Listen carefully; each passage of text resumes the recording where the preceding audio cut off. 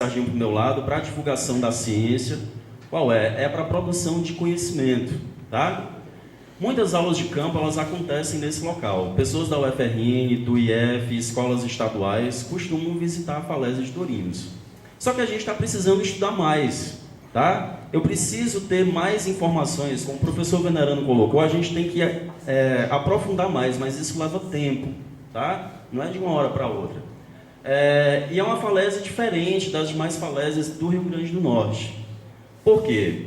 A maior parte das falésias, eu calcularia que cerca de 99% das falésias do Rio Grande do Norte, elas são trabalhadas, não é? Elas são esculpidas num tipo de rocha diferente da que vocês têm aqui, tá? Que é chamada Grupo Barreiras. Ele é mais antigo, ele é mais consolidado, ele é mais avermelhado. É aquele lá da Barreira do Inferno, que o professor mostrou. A maior parte do estado é ali.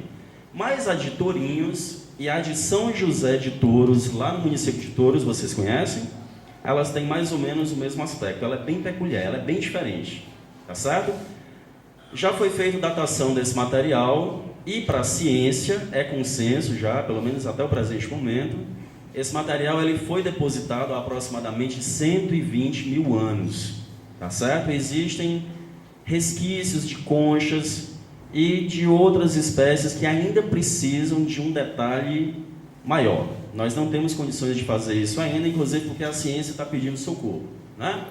Bom, lá da Falésia de Tourinhos, podem ser organizadas trilhas para conhecimento das praias do entorno, investigar como é que essas praias funcionam e como os animais, principalmente as tartarugas.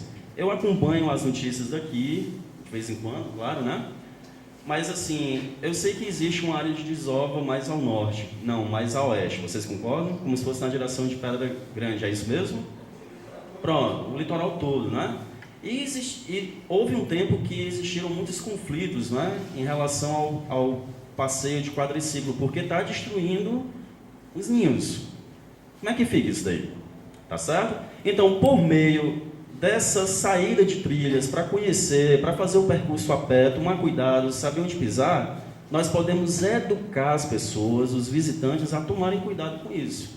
É a questão da educação ambiental, extremamente importante, que deve começar nessa idade aqui, dessa garotinha ali, talvez até antes, para que nós possamos crescer de forma mais consciente, né?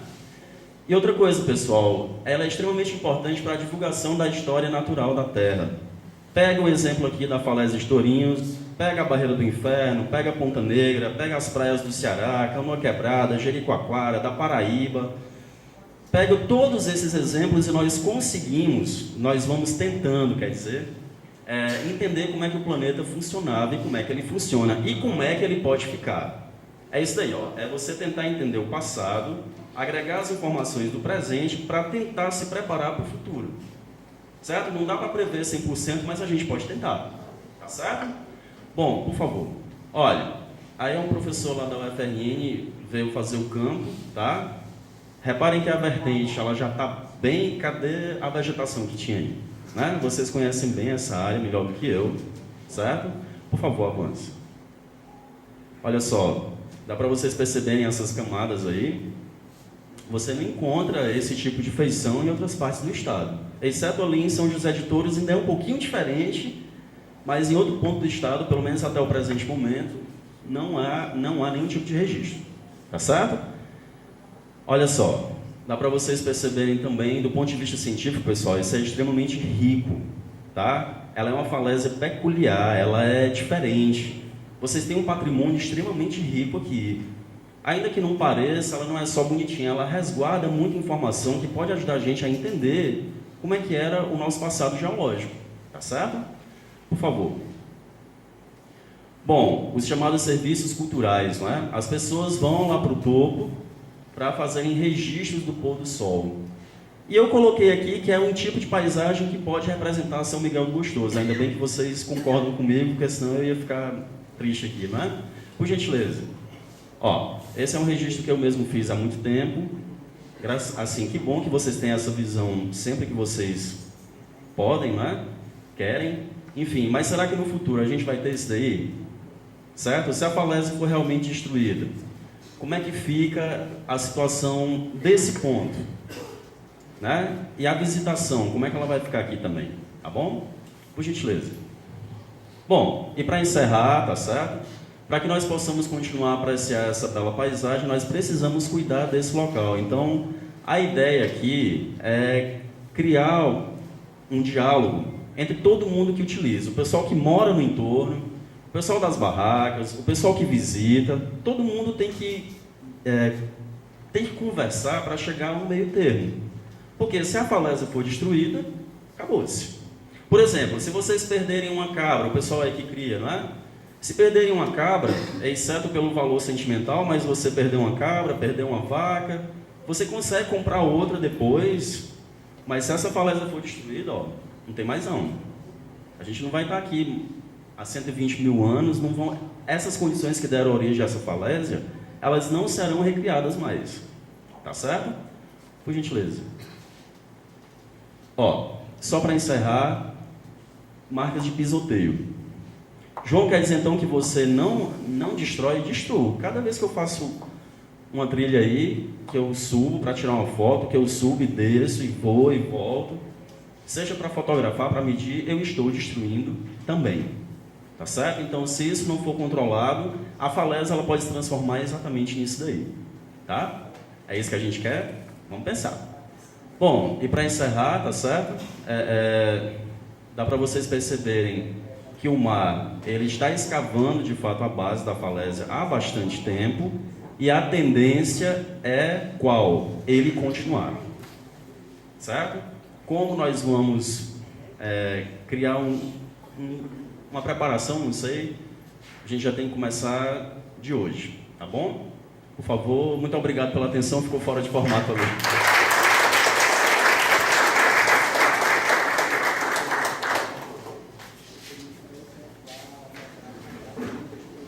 Gostaria de convidar agora a doutora Marjorie Madruga, procuradora do Estado do Rio Grande do Norte, lotada na Procuradoria do Patrimônio e da Defesa Ambiental, membro do Conselho Estadual do Meio Ambiente, membro do Grupo de Trabalho do Geoparque Seridó, ex-representante da Procuradoria-Geral do Estado no Conselho Estadual do Turismo, vai tratar com o tema Instrumentos Legais para a Proteção de Tourinhos. Boa noite, gente. Bom, vou começar numa desvantagem danada, né? Último lugar e depois de 2 professores universitários. Vou logo dizer, eu não sou professora, então vamos dar o desconto para mim, tá? Bom, primeiro agradecer o convite da Câmara, né? O convite da É Gostoso, que foi quem primeiro me convidou. Dizer que é um prazer enorme estar aqui com vocês para conversar sobre tourinhos. E que eu também estou aqui como procuradora, mas também como cidadã potiguar, como uma pessoa que tem um carinho muito especial por esse município, né? E um medo muito grande que ele se perca, como o Pipa se perdeu. Eu sou uma cidadã potiguar e vivi a minha juventude, a primeira, estou na segunda, tá? Na Pipa, e fico muito triste com os caminhos que a Pipa tomou. Então, antes de tudo, eu espero que Gostoso não siga o mesmo caminho da Pipa. Então, a gente está aqui, essa audiência pública hoje, o objetivo é a gente discutir como a gente vai preservar tourinhos. Pode passar? Então, antes da gente falar dos instrumentos, é preciso que a gente se pergunte, né? Sempre que a gente vai proteger alguma coisa, a gente tem que perguntar o que é essa coisa, né? Para que essa coisa serve? Quais são as potencialidades dessa coisa? Quais são as fragilidades dela? Porque ninguém preserva sem conhecer, tá certo? Então, quais são os valores que essa coisa guarda e que exige uma proteção? O professor Venerando e o professor João já deixaram aqui, pode passar, muito claro para vocês que se trata de um patrimônio geológico, né? Um patrimônio fóssil, por causa dos resquícios fósseis que foram encontrados, que existe um valor enquanto a paisagem, né? E a paisagem no Brasil, ela está protegida desde o início do século passado, nas primeiras legislações ambientais. A Constituição de 1937 já trouxe a proteção à paisagem, né? Assim como o Código Florestal de 1937, e isso se manteve tradicionalmente na nossa legislação ambiental. Então, a paisagem ela está garantida e protegida por lei. Então, já é um valor. O professor Venerano falou da função de tourinhos enquanto defesa da costa, né? Enquanto responsável pelo desenho das praias, pela função das praias. Então, esses valores a gente já sabe. Então, quando a gente vai pensar nesse patrimônio, a gente tem que pensar que o patrimônio ele pode ser natural ou cultural. O patrimônio natural é aquele que é biótico ou abiótico. Nós estamos falando aqui do abiótico, que é esse meio físico. O biótico todo mundo sabe, é a geodiversidade, né? A biodiversidade é a fauna, a flora, o vento, né? Que aqui em Gostoso já tem bastante. Então, esses são os recursos renováveis, os bióticos. Aqui nós estamos falando do abiótico, né? Que é esse meio físico, as rochas, né? As falésias. Porém, que não podemos esquecer, ele é um meio ambiente também, né? E ele não é só o substrato da biodiversidade, mas ele tem um papel importante, como os professores já destacaram. E o patrimônio cultural, que pode ser material ou imaterial, né? E que a gente também vai pensar aqui se tourinho constitui ou não um patrimônio material, cultural para vocês. Isso é fundamental no planejamento do município, no ordenamento do território. Qualquer gestor tem que levar em consideração esses patrimônios, seja o patrimônio natural, seja o patrimônio cultural, considerando as fragilidades e as características desse patrimônio para poder fazer a gestão eficiente, né, e humana do território. Pode passar? Então, o patrimônio geológico, ele tem o papel do desenvolvimento da identidade cultural também, dos indivíduos e do território. Então, aqui a gente chama de identidade geocultural, né? Tanto que o professor João perguntou, vocês se identificam com esse monumento enquanto um bem que representa Gostoso, né? E o patrimônio geológico, ele está, sim, protegido por toda a legislação ambiental, porque a Política Nacional de Meio Ambiente, que é de 1981, quando ele veio definir meio ambiente, ele colocou o meio físico como meio ambiente. Então, toda a legislação que existir e que se reportar a meio ambiente, essa legislação, ela serve para proteger o patrimônio geológico, certo? Pode passar? Então, o que acontece é que o patrimônio geológico ele é muito pouco conhecido aqui no Brasil, então, portanto, ele é pouco valorizado, né? Seja como um fator de desenvolvimento turístico, seja como um bem de identidade cultural, né? Embora o Estado do Rio Grande do Norte, em 2006, teve esse projeto, Monumento Geológico do Rio Grande do Norte, numa tentativa de mapear, sinalizar esses monumentos e criar roteiros turísticos, mas infelizmente se perdeu, como tantas outras coisas bacanas que nascem e se perdem aí pelo caminho, né? É fundamental a educação ambiental, formal e não formal, como está previsto na nossa Lei de Educação Ambiental Brasileira, que é uma lei lindíssima, que todos deviam conhecer, né? No sentido da gente despertar a sensibilidade para o valor que existe o patrimônio geológico. Pode passar? A Constituição, ela também diz que existem no Brasil espaços territoriais especialmente protegidos. Ela não chega a definir todos, mas ela dá várias categorias de espaços especialmente protegidos. Esses espaços, eles passam a ter uma proteção especial. Então, quais são esses espaços? São todos esses aí, as terras indígenas que estão querendo destruir, os quilombos que estão querendo destruir também. Isso a Constituição já diz. Esse é um território especialmente protegido. O Pantanal, a Mata Atlântica, as reservas legais, as APPs. A falésia é um APP, então Tourinhos é também um espaço territorial especialmente protegido, né? E aí a gente vai ter três que eu quero dar destaque.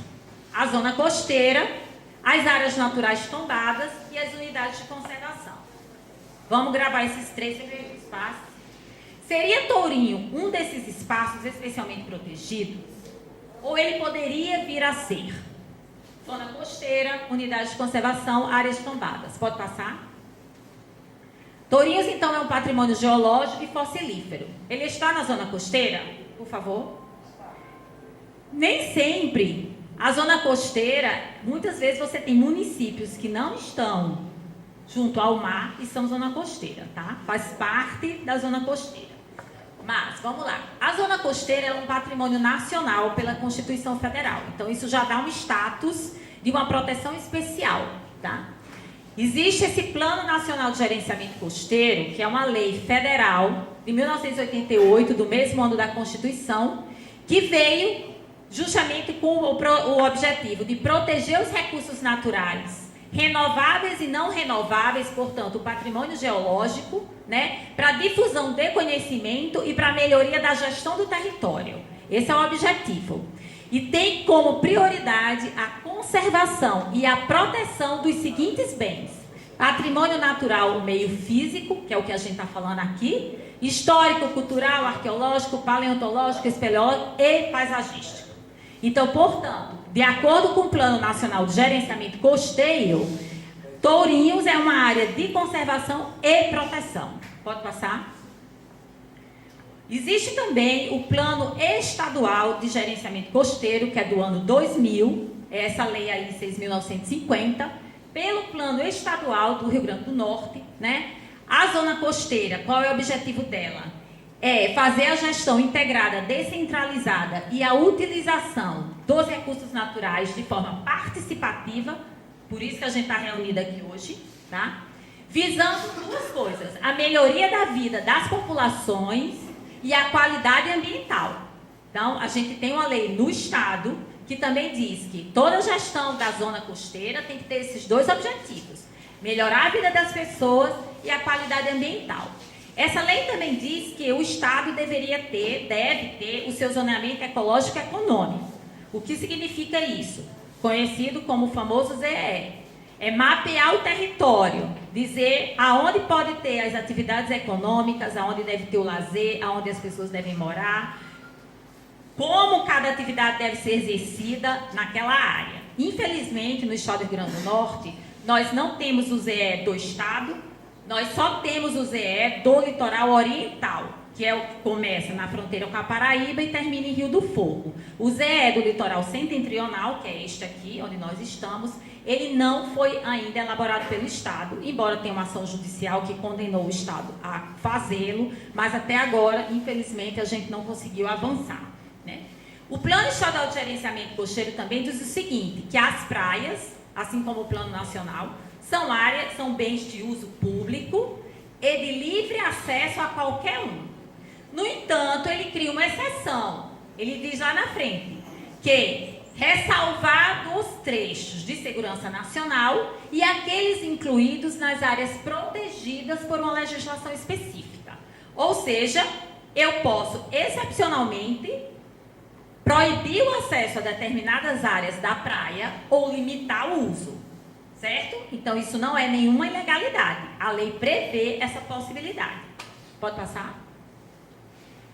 Então, Tourinhos, ele é um patrimônio geológico, fossilífero, ele é uma paisagem digna de proteção e ele está na zona costeira. Então, ele já tem aí várias proteções, né? Pode passar? O professor já falou que, como ele se trata de um patrimônio geológico, então, portanto, ele está submetido a essa gestão do patrimônio que a gente chama de geoconservação. A Europa está bastante adiantada em relação a isso, principalmente Portugal, Lisboa e Inglaterra. Aqui, o Brasil ainda a gente está engatinhando bastante com isso, né? O projeto do Geoparque Seridó, que é um projeto que eu participo, que pega 6 municípios da região do Seridó, é um passo importante para a valorização desse território, desse patrimônio geológico. Se a gente conseguir avançar esse parque, ele passa a ter o selo da Unesco e será o segundo parque do Brasil. O primeiro é no Ceará, na terra do professor João Ali, né? Então, pode passar, é só para dar um conhecimento um pouquinho a vocês. Então, a geoconservação, então, significa que eu tenho patrimônio geológico e que eu preciso conservar esse patrimônio. É o que a gente chama de geoconservação. Há instrumentos legais no Brasil para a gente proteger o patrimônio geológico? Existe sim. O patrimônio geológico, ele, então, portanto, está protegido pela Constituição, pela Política Nacional de Meio Ambiente, né? Pela legislação de patrimônio cultural, pela legislação do Sistema Nacional de Unidades de Conservação e várias outras leis ambientais específicas, assim como o Decreto-Lei 4.145, que determina a proteção dos depósitos fossilíferos, que é o que o professor João pesquisou e encontrou em Tourinhos. Então, é mais um instrumento legal que me obriga, enquanto poder público, a proteger esse monumento. Pode passar? Os instrumentos legais, eu já falei para vocês isso aí, que a Constituição Federal já protegia a paisagem e o Código Florestal desde 1934, e essa tradição veio, a Constituição de 88, portanto, ela fez o que? Ela elevou o nível do meio ambiente como um todo. Então, ela constitucionalizou o meio ambiente, deu o estado máximo no sistema legal brasileiro para o meio ambiente de proteção. E quando a gente fala de meio ambiente, sempre lembrando, é o meio ambiente natural, o meio ambiente artificial, que é aquele que o homem constrói, e o meio ambiente cultural. Isso tudo é meio ambiente, isso tudo está protegido pelo sistema legal ambiental brasileiro. As unidades de conservação é uma forma que você tem, um instrumento que você tem de fazer a proteção desse patrimônio. Ela está prevista na Constituição, porque a Constituição ela estabeleceu alguns instrumentos, como, por exemplo, ela disse que algumas áreas são de preservação permanente, mas aí ela já estabeleceu falésia, duna, ela já diz o que é. Se isso for uma falésia, se isso for uma duna, ela é uma área de preservação permanente. Não precisa o poder público fazer mais nada, porque a lei já diz. As unidades de conservação mudam um pouquinho. Ela deixou uma margem à Constituição para, se eu encontrar outras áreas de relevante interesse, que são dignas de proteção, o poder público pode ir lá, demarcar aquela área e protegê-la, dar a ela um sistema especial de proteção. Então, as unidades de conservação nada mais, nada são do que isso.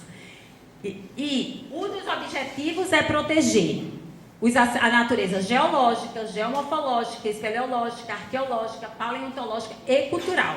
Portanto, eu posso proteger Tourinhos através da criação de uma unidade de conservação. Embora se diga, muitos doutrinadores, que ela está muito mais voltada para a proteção da biodiversidade, de fato, porque as unidades de conservação é um gênero e ele cria várias espécies de unidades de conservação. A maioria delas tem um olhar muito mais para a biodiversidade. No entanto, a gente encontra espécies que permitem a proteção do patrimônio geológico, portanto, da geodiversidade, né? E dentro dos objetivos da lei, ela é muito clara, ela não deixa a menor dúvida que o patrimônio geológico ele deve ser protegido também, né? E quem pode criar uma unidade de conservação? Todos os entes da federação, ou seja, a União, o Estado e o município. Pode passar? As formas mais utilizadas de unidade de conservação no Brasil, vamos mais populares, né? Seria o monumento natural, que eu entendo que seria aquele que mais se enquadra com Tourinhos, porque vejam a definição dele, ele serve para preservar sítios raros. Foi a coisa que o professor João mais falou aqui. Vocês têm uma falésia rara, diferente, especial, pouco encontrada aí, né? Singulares ou de grande beleza cênica. Não há dúvida de que Tourinhos tem grande beleza cênica. Então, ela se enquadraria perfeitamente no conceito de unidade de conservação, categoria monumento natural.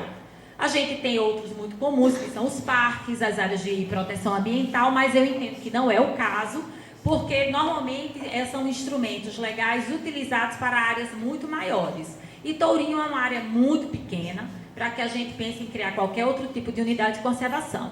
E justamente por ela ser uma área muito pequena, eu entendo que aí, realmente, caberia muito mais ao município, né, criar uma unidade de conservação municipal do que ao Estado ou à União, porque é fundamental a proximidade com aquele bem, né? A questão local ela é muito importante. Então, é muito mais fácil para o município proteger, criando uma pequena unidade de conservação municipal e protegê-la, do que o Estado, que tem inúmeras unidades de conservação espalhadas pelo Estado, pouquíssimos fiscais, para ser muito prático e objetivo, que é o que a gente quer, é a proteção, né? Essas imagens, gente, são de unidades de conservação que têm o objetivo de proteger a parte geológica, né? embora ali é o Atol das Rocas, embora na época ele foi criado muito em função da biodiversidade, porque tinha migração de pássaros e tartarugas,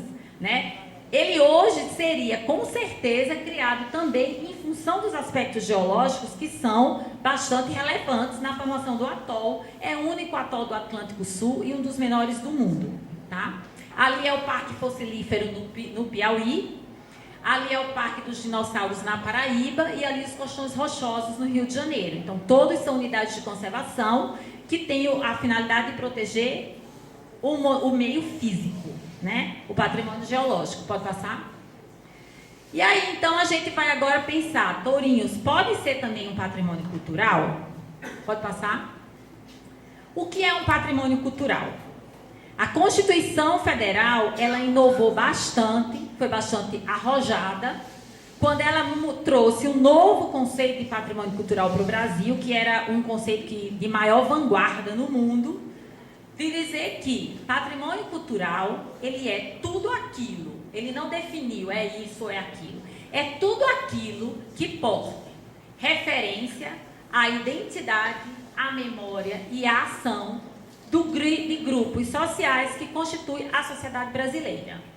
Antes se pensava que só poderia ser patrimônio cultural uma coisa que fosse monumental, raríssima, extraordinária. E a Constituição veio dizer que não, uma coisa que tenha importância para um grupo, para uma comunidade, que porte referência à memória ou à identidade daquele grupo, é suficiente para ser reconhecido como patrimônio cultural, né? E isso por quê?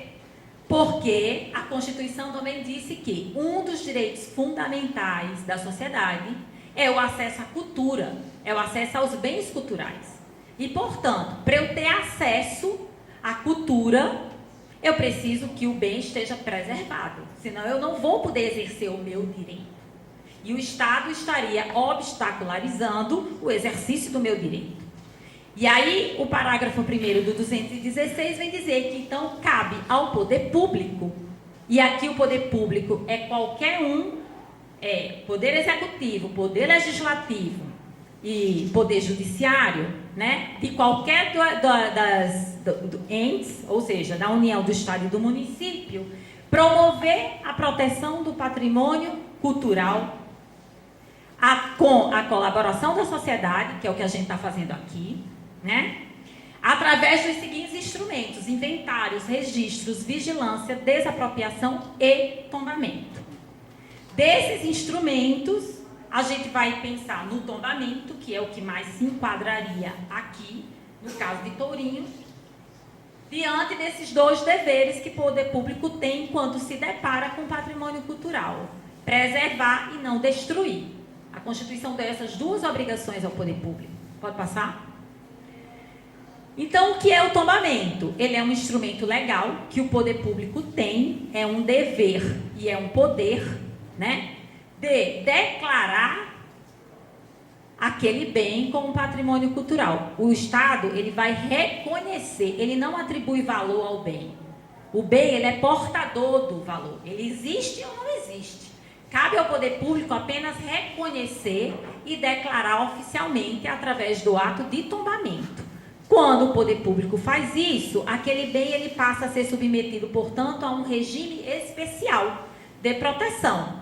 Por isso, então, lá quando você vai lá para a praia é bem de uso comum do povo, acessível a qualquer um, salvo se estiver algum trecho protegido por legislação especial. Então, se eu tombo, eu vou poder fazer restrições de uso ou proibir carros, quadriciclos em cima de tourinhos, ok? Então, ele passa a ser submetido a um regime especial que permite que eu imponha limites àquele bem. Pode passar? Então, entendendo melhor o tombamento. Quem pode tombar, o que pode ser tombado? Bens móveis ou imóveis, materiais ou imateriais, portadores de referência à identidade e à cultura, como eu já falei. Quem pode tombar? A União, Estado ou município. Tipos de tombamento: administrativo, judicial ou legislativo, que significa que O administrativo, ele é promovido através de um processo administrativo que tramita junto ao Poder Executivo, através do requerimento de uma pessoa ou de um grupo de pessoas, tá? O legislativo é aquele que é promovido pela Câmara Municipal ou pela Câmara de Deputados, por iniciativa de algum vereador, de algum deputado, embora esse legislativo ele tenha controvérsias jurídicas. Há doutrinadores que entendem que ele não corresponderia exatamente a um tombamento, não reconhece com a força total que deveria.